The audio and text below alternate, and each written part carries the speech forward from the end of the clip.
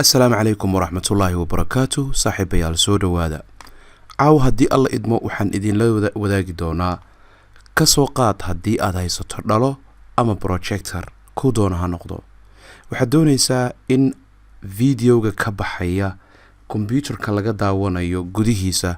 oo si toosa codkiisu ugu gudbo projectorka ama ugu gudbo dhalada ama in codkii aad ka dhageysan karto dhalada ama projectorka farsamada sida aad ma garanaysaa isugu xawiilaysan codka ayaan caawiyin tusi doonaa markaad waxa soo galeysaan control panelka mara control panel soo gasho halka category ka dhiga dib ka khaldan yahay halka category ka dhigo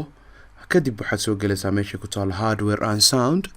marka halka soo gasho kadib waxa sii galeysaa sound kadib marka sound soo gasho waxa soo galeysaa meesha ku taal playback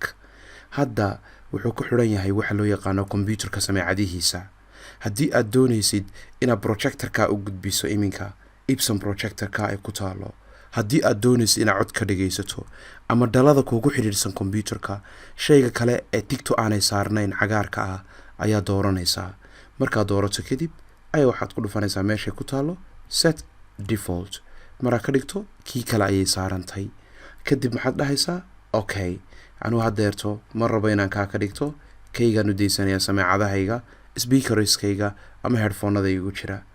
inta marka dhamayso okay baa dhahaysaa saaxiibayaal casharkan intaas kaliya ayuu ku saabsan yahay waxaan soo weydiinayay su'aashaas arday hadii alla idma casharkan xiga waxaan tusi doonaa sida passwordka computerada looga jabiyo aad baad ugu mahadsantiin daawashada casharkan salaam calaykum